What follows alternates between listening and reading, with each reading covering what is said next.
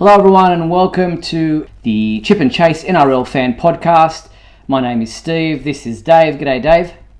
Hi Stevie, how are you bro today? Good, thanks. So today in this episode we're going to be going through the round 4 results of the NRL 2022 season, as well as previewing what's going to be happening in round 5. So I think that makes this episode 6 of the podcast. If I'm not mistaken, we're going to get into what was a crazy round, and I think we both did pretty well in our tips, so we will go through and start with, just off the cuff. Did you get out to the Parramatta game? Yes, there at CommBank. Obviously, I'm always there when it's in Parramatta. Yeah, cool. I did get out to there. It was, one of the... I think it was the performance I was looking for as a Neil supporter, Sure, Steve. yeah. Because they've won a couple of games, but they've done it ugly, and they've been struggling in a few of their games. But just at home, and that feeling was from the beginning of the game. That feeling was there already, and the boys turned it on this week at CommBank. Yeah, so we're going to get through that game a little bit later on, being one of the final games of the round. But let's start off with the first game that took place on Thursday night, 31st of March. It was a crazy old game. It was the Titans up against the Tigers. It was played at Cbus Super Stadium in the Gold Coast. And it looked for all money that the Tigers had this in the bag with the Hooter imminent. Yeah, poor Tigers, man. Can't win a trick. They can't catch a trick, that's for sure. Towards the end there, they opted to go for 2 penalty goals, and that came back to bite them in the end there. I think AJ Brimson going over in the dying seconds, if I'm correct. Yeah. And a bit of a dagger to the heart for the Tigers, unfortunately. Look, it wasn't, man. This was an ugly game. It was an ugly game, and it was boring. Yes, this was not an advertisement for rugby league in any way, shape or form. It was diabolical. There was drop balls, there was missed tackles, there was poor refereeing. There was another sin bin for Tyrone Peachy there. He comes on for a minute and gets sin binned a couple of times now this season. He's a bit of a liability for them. There were some efforts, don't get me wrong, but it was just scrappy. It was ugly. I don't think either coach, especially the Titans coach, would be happy with the performance of their teams. And like I said, it was, what was it, 2-0 or 2-2 at one stage, and looked like it might go to Golden Point. Everyone's going, please don't let this game go extra time. Nobody needs that. Nobody wants that. And then the Tigers looked at, for all money, that they had it won at 6-2, and with, as you said, a penalty goal there. If they'd kept it in hand and taken the tap, it might have been to their benefit, because they might have been able to wear down the clock a little bit, but they instead opted to go for the 2 points.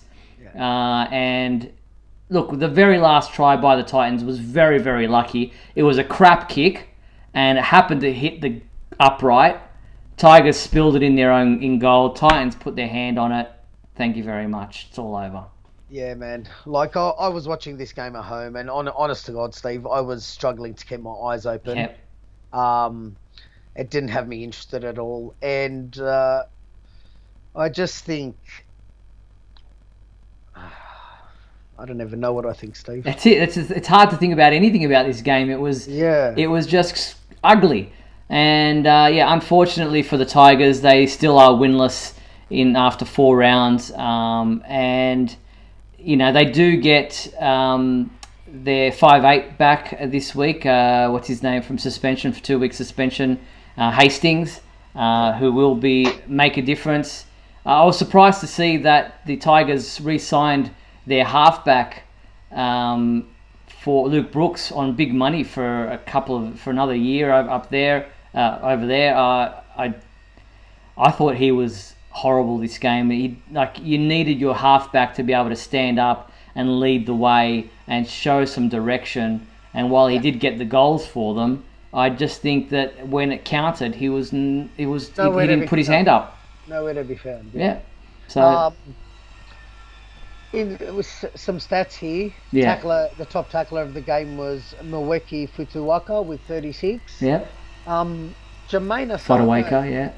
Asako in his first game ran for 200 metres for the Titans, so that was a big running game. Yeah, I was surprised to see that they dropped their fullback for him coming straight in, but like as you said, and he was at Jaden. Yeah, what's his name? Jaden Campbell, yeah. But he was that try, unlucky. But look, at the end of the day, you got to play to the full-time siren. Yeah, look, AJ Brimson never gives up on a play, and he plays really hard. So I think he was, he got to the right spot in the right time and won the game for him. So that's the Tigers still winless. Titans an ugly win, but 2 points is 2 points. All right, now we look towards the game on Friday night, the first of the two games, which was the Sharks up against the Newcastle Knights at PointsBet Stadium in Sharks home ground. Sharks winning this one 18-0. I didn't get to see this one because of the fact that I was travelling down to Penrith on Friday night and therefore didn't get to watch this one live. But looking at the highlights there, Tolman in his 300th game, very happy for him to be able to get over and get a try. They don't come that often for Tolman, so for him to get it in a milestone game is fantastic. Yeah, you'd be laughing if you had a cheeky little bet on him too, Steve. Yeah, first try scorer. He would have been paying $60. Wow. to $1 to get that. So good work on his 300th game. I think Chris Randall came in at a massive 58 tackles in this game. Wow, impressive. Yes. Yeah, very impressive. And Sione Katoa in the corner, amazing effort to score there. I really think Matt Moylan, Steve, he's really starting to find his way with Nico Hines there helping him out. Yeah, no, he's starting to find some good form again. He's looking good. Yeah. But on the flip side of things, I believe Ponga was very poor, not poor, but just wasn't anywhere in this game. Just didn't put his stamp on the game like you would expect him to for the money that he gets paid. So that's disappointing for Knights fans. Yeah, definitely, mate. It was kind of missing in action again. But, he is only one man, so... Yeah, you can't put it all on him. You can't put it all on him. I mean, no one in the team really G'd up. This was 18-0, so... Yeah. The Knights didn't even get across the line, so, unfortunate for them. And two sin bins in this game. Blake Brayley getting sent off in the final minute of the game, sin bin, and Dominic Young for the Knights also going at the 60th minute. So Sharks pretty dominant there and getting another win. And that's Look at that. Yeah, it's a pretty impressive effort by Katoa. What a try that was. Yeah, so well done to the Cronulla Sharks getting another win there against the Knights. All right, now we look at what's next was the Panthers Rabbitohs game. As I said, I travelled down to Penrith to Bluebet Stadium for this one to watch the Panthers take on the Rabbits. Grand final rematch. Yeah, grand final rematch. A lot to play for. Nathan Cleary back after injury after his shoulder surgery. They also got their forward Fisher Harris back this week as well. So they were pretty much full strength, other than To'o on the wing, not there this week. But Isaac Tago comes into the side and does an amazing job for him, scoring their first try, which looked very easy. Panthers took this 26-12, and while they were very dominant, I wasn't disappointed in South's effort. We were just outclassed.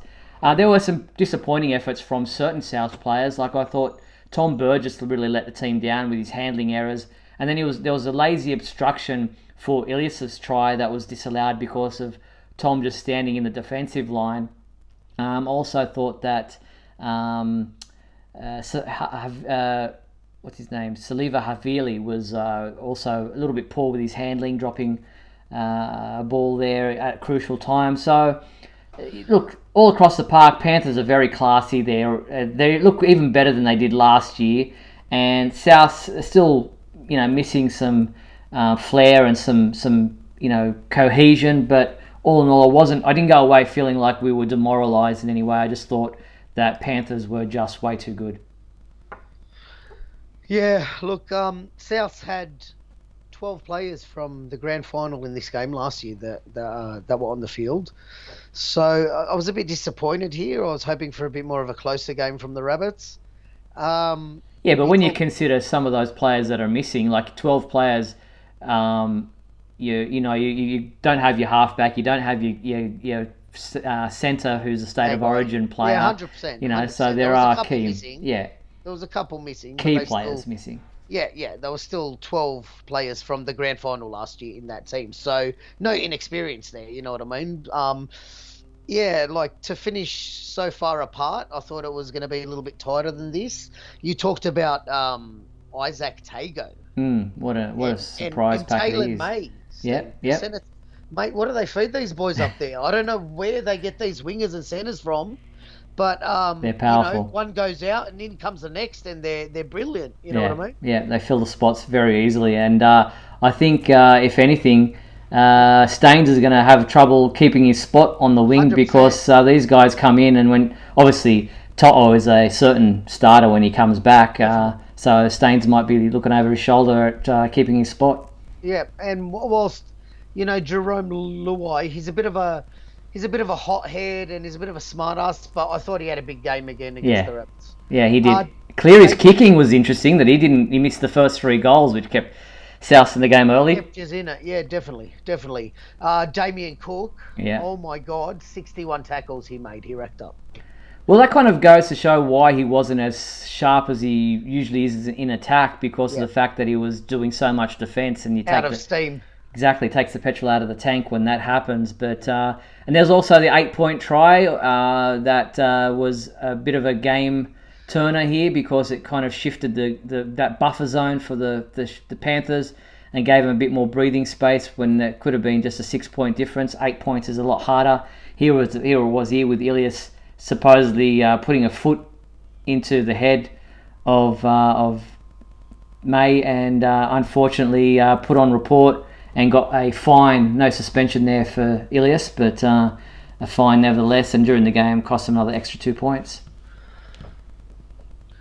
All right. So that was the Rabbitohs-Panthers game. Then we look to the first of the Super Saturday games. Warriors up against the Broncos, and in this game, I'll turn that one off there.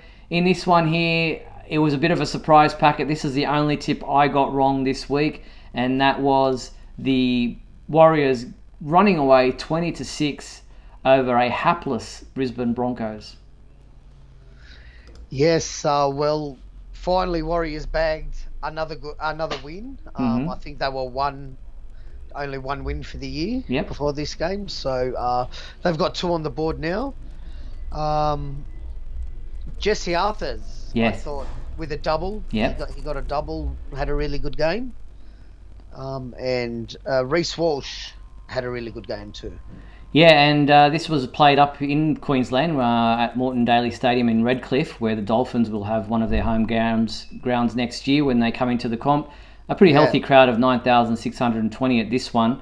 Adam Reynolds scored a really good solo try, and he was the only highlight or leading light for the Broncos. That was brilliant. Which it's just a grubber kick through. Saw that the fullback wasn't in position and managed to be able to regather and score himself.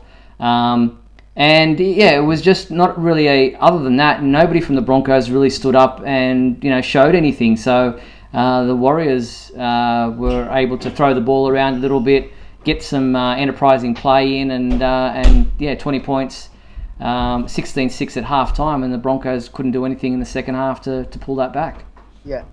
Yeah, look, Steve, I think Sean Johnson too is starting to get a little bit more comfortable back at home. So he's starting to play a little bit better, which is good to see.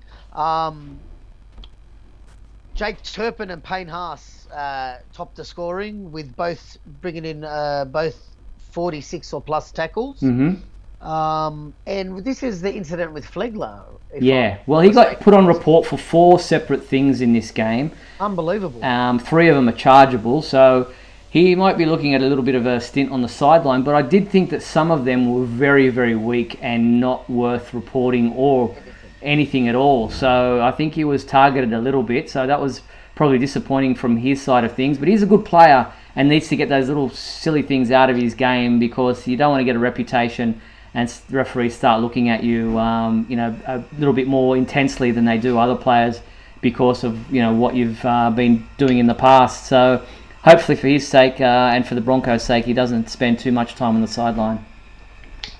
Yeah, definitely. All right. So that was the game, Warriors against the Broncos. Now we look to the next game of Super Saturday, which was the Sea Eagles up against the Raiders. And in this game, just getting the graphics here, we had again a game that I expected to be a lot closer. I thought the Raiders might come out and show something, but the Sea Eagles bounced back from a previous poor effort to in front of a crowd there at Mudgee, at Glen Willow Oval in Mudgee, so they couldn't even claim a home ground advantage, but they ran away with this on 25-6 in what was an impressive effort and a masterclass by Cherry Evans. Yeah, Cherry Evans and the Tommy Turbo show. I thought Tommy had one of his standout games this year too, doing a lot of work inside with Cherry Evans there. He ran for 290 metres, Steve. Wow, that's impressive. Yeah, Tommy Turbos. So he was doing a lot of work that day. Kotrick, right? Yeah. Kotrick's the winger for the Canberra Raiders. Right. And I was going through the stats. I couldn't believe my eyes. He made not one tackle. Really? He made 0 tackles on the stats. So what the life of a winger. They just sit out there and do nothing. I don't know about that, but that's impressive that he was able to keep his score sheet clean without any tackles whatsoever. Obviously, Manly were just going through the middle and not troubling him out on the edges. But yes, definitely. That's what the stats said, so that was funny to see. Yeah, Saab had a better game this week. Much better game. Much improved effort. Yeah, he was really getting into it and defending really well that game, and so it was good to see from the young fella. Yeah, so 25-6, Cherry Evans putting a field goal at the end there just to rub salt into the wound. Beautiful jump by Saab there, flicks the ball away for a try. Yeah, very cool. So, good to see Manly back on the winning, well, not necessarily good to see, depending on whether you like Manly or not, but the Manly Sea Eagles up against the Raiders. All right, then on another Saturday game, the Cowboys up against the Roosters. Didn't like this. This was again another one-sided affair. You had the Roosters. Turn that one off right there. Training camp for the Roosters, mate. Yeah, disappointing. The Roosters bounced back after their poor loss against South Sydney the previous week. Obviously, that hurt them pretty badly. Cowboys up in front of their home crowd at Queensland Country Bank Stadium, 17,929. Parochial Cowboys fan just couldn't cheer about anything in this game, because even though they got one try late in the second half, the Roosters with 6 tries, Joseph Manu again getting a double, Sam Walker wasn't even kicking them well, he only got 2 out of 6, and Cowboys were getting so frustrated. They had 3 players sin-binned in this game. It just wasn't going for them, and the Roosters were just looking as classy as ever. Yeah, Joey Manu, Steve, he's actually a much more important player than I thought he was. He does a lot for that side, doesn't he? Big time. Yeah, he's such a classy player, and he, both in attack and defence, does so much to. He's so dangerous. He just, yeah, mate. He's a big part of the Roosters there, so he's playing really, really good the last few weeks. Teddy ran for 220 metres, so he had a big game too, Teddy, which is, when Teddy has a good game, they usually win. Reece Robson from the Cowboys topped the tackle count with 46 tackles. And little Keary, Steve, mate, he's just getting stronger. He's starting to worry me. He's going to, after 10 or so games under his belt, he's going to be hard to handle this year alongside with this team. Yeah, he does seem to be regaining his confidence and regaining the form that he had previous to his shoulder injury. And, Yeah, so he's coming good again, and I think for Tedesco, he started... Well, last week he tried to be too much of a ball player and went a little bit too sideways and tried to push the passes.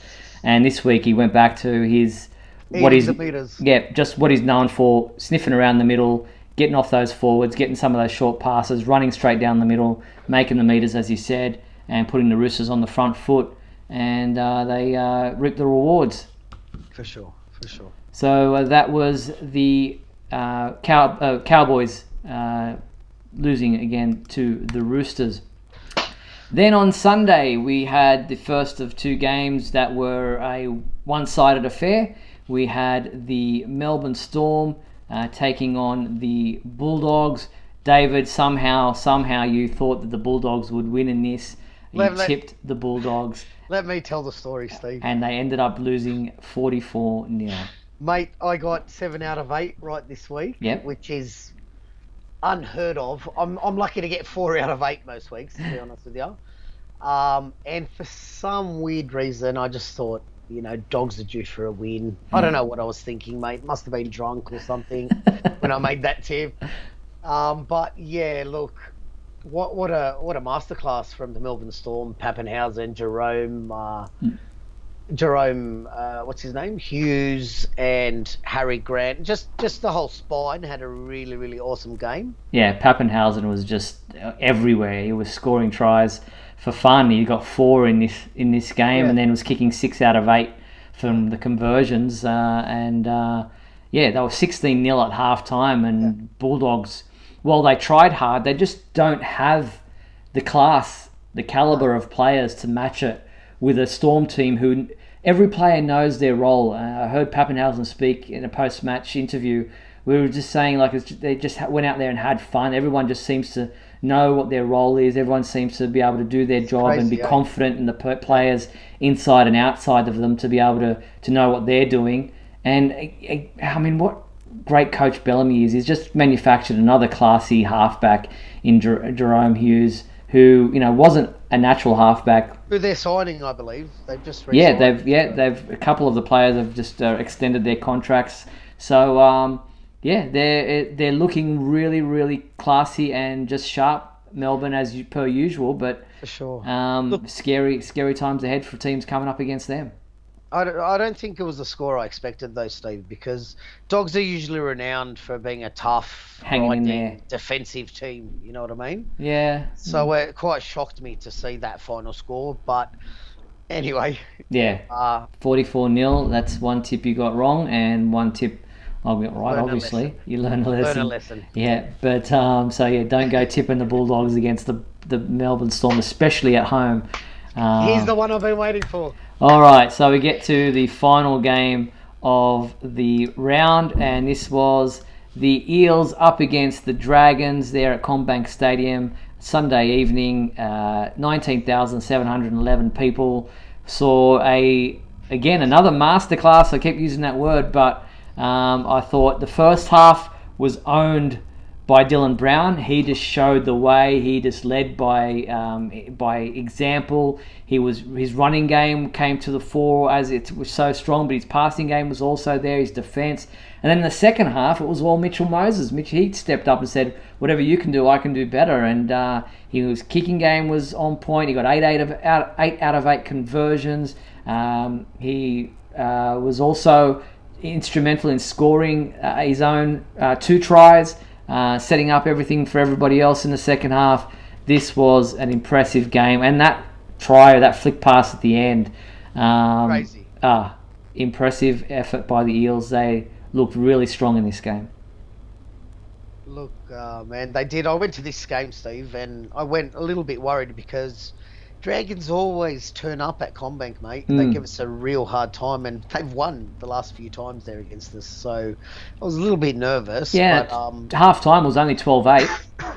Yeah, the boys never let me down. Dragons had a sniff through Bird just before half time, where little Ben Hunt went through or something, gave it to Bird, and they scored. Yep. So half-time was only... It's a great kick. 12-8.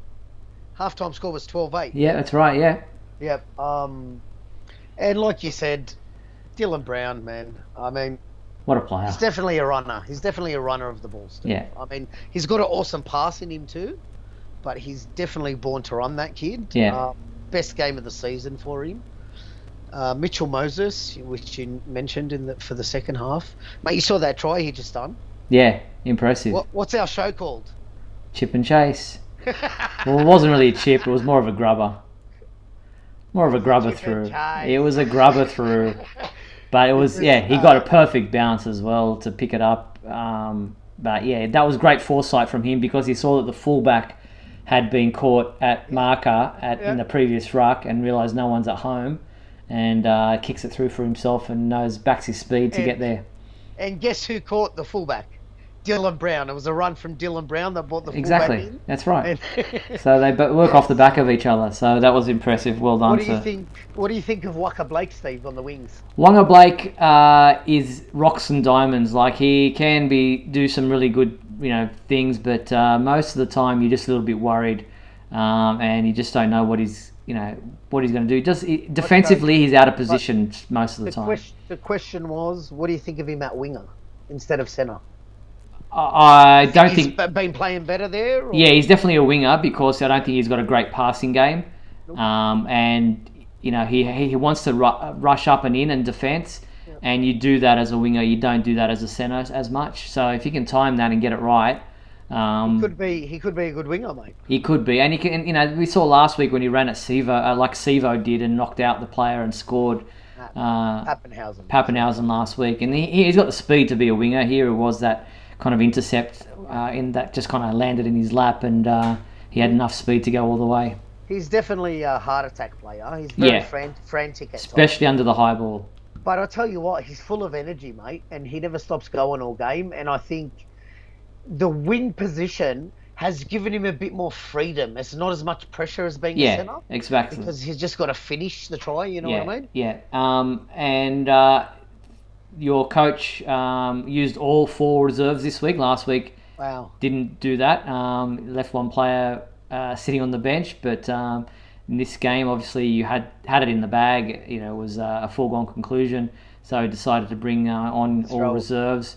Throw a few boys on, yeah. Yeah, exactly. And that last pass, what's his name? That player that for the Eels that threw that flick pass for Mitchell Moses to score in the corner. Look, you've stumped me now. Well, Cartwright, that's it. Yes. Cartwright's flick pass was like one of the best I've seen. He had to transfer it from left hand to right hand, and Mitchell Moses, sight unseen, just got it to him. So impressive effort there by Cartwright. Yeah, it was. He was in flight. Exactly. Unbelievable. So well done to the Eels there. And if we look at the ladder now for the end of round 4, we see the Eels sitting there in 3rd place. Equal second, if you like. Panthers outright, the only team who have not lost the game, 8 points. Then you got the Storm, the Eels, and the Sharks sitting on 6 points. Cowboys, Roosters, Warriors, and Knights on 4 points. They're in the 8 on for and against. And then also on 8, sitting outside, the Titans, the Sea Eagles, the Broncos, the Raiders. And then you've got the Rabbits, the Dogs, the Dragons all on 2 points. And the Tigers still without any points, still looking for their first win. So that's where we are at the end of the 4th round. Cool. All right, well, let's look at the upcoming games for this round 5, and we start with the first game, which will be the Knights up against the Sea Eagles there at McDonald's Jones Stadium. While the Knights are sitting 8th currently on the ladder and the Sea Eagles are 10th, I am going to be tipping Manly to beat the Knights because Manly are starting to come good, finding their form, and the Knights seem to be going in the opposite direction. Where are you going on this one? Where do you land? I am going with the Knights. Ooh, okay, so we differ there. So you're going Knights. So, yeah, fair enough. All right. And then next up after that, we have the Warriors up against the Cowboys. This will be depending who gets off the bus. a game that could go either way. The Warriors are playing at Moreton Daily Stadium in Redcliffe again, so back-to-back games there at Redcliffe. The Cowboys don't have to travel too far, still in Queensland for them, but based on current recent form, I think I might tip the Warriors here. Can you show me on the screen? Okay, yes. Sorry, misunderstood you there. Yeah, what do you want to... Okay, you're trying to meditate? Warriors. Okay. Warriors? All right. Thank you, Dave. Strange, but okay. All right, next up we look at the game that will be played on Friday night at Suncorp Stadium in Brisbane, 7:55 p.m. kickoff. Broncos up against the Roosters. I am going to be tipping the Roosters here. Yeah. I need to start tipping with my mind and not my heart, eh? Obviously, nobody wants the Roosters to win. Yeah. Unless you're a Roosters fan, but... I know. Who are you going for? Roosters?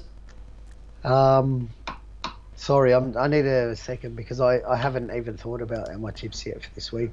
I'm going to go with... Come on, Broncos, Roosters. It's not that hard. Roosters. Okay, thanks, Dave. Get rid of now, here we go. Raiders up against the Storm. Now you got it, Steve. Now I've got it. I'm on target. This is played Saturday, 9th of April, down at... Oh, it's in Wagga Wagga, this one. McDonald's Park in Wagga Wagga. Raiders, Storm. On current form, it can't go past the Storm. Let me think, Storm. Gee, that was a long thinking process. Thank you for that. All right, next up we look at the game that I'll be at. This is the Rabbitohs up against the Dragons. This is played at Accor Stadium in Sydney, 5:30 p.m. kickoff. This will be a close game, but my heart and my head both telling me that the Rabbitohs should beat the Dragons here. Yeah, I'm with you, Steve. I'm going with the Rabbits. Okay, we agree on that one. All right, next up we have the Titans up against the Eels. This is played on Saturday at 7:35 p.m. kickoff. Seabus Super Stadium, Titans home game. Eels have quite a good support up there usually in Queensland, but this will be if you'd asked me last week, I might have been a little bit unsure which way I'd go, but the way the Eels played this past week and the way the Titans struggled against the Tigers, you can't go past the Eels here. Yeah, 100%, mate. I'm tipping Eels. Okay, then we move on to the 7th game of the round. This one is the Sharks at home at PointsBet Stadium up against the West Tigers, 4th versus 16th. Geez, it will be Sharks by how many?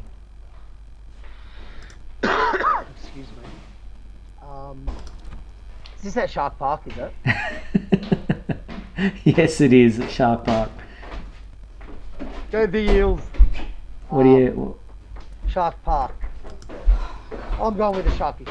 There's no way I can tip the Tigers this week. No, fair enough. All right, and the final game of the round is the Bulldogs up against the Panthers. Last place versus first place. Where's this at? This is played at CommBank Stadium. So in Parramatta there. Dogs using that as a home ground. This will be, again, probably Panthers by 40 plus. Yeah, screw you, Dogs. I keep tipping you, but I'm not doing it this week. Panthers by a massive score. Okay, there you have it. So that is the tips and pretty much our show for this week. Anything you want to finish off with, Dave? No, it was a bit of a 50-50 round. It was a bit confusing, you know. I mean, bar the Eels and the Storm, I think still anyone could have won on their day, you know what I mean? Yeah. In those games. So really looking forward to next round, but there's not a lot of rivalry games. They're a little bit tossed up, the games this week. So I guess just whichever team turns up with the right attitude is going to win on the day. Yeah, it's going to be an interesting week. Some good games there to watch. Some teams really coming to the fore, showing their class, and others really struggling already in such an early part of the year. So will be interesting to see whether that form continues. But get out to the games if you can, enjoy them, and we'll be back next week to wrap up again of what was round 5 for this weekend. What he just said. Yeah. All right. Thanks, Dave. Thanks, Stevie. Talk to you soon. We'll see you next week, buddy. All right. Bye-bye. Bye. Bye, guys. Thanks for watching, everyone. Take care.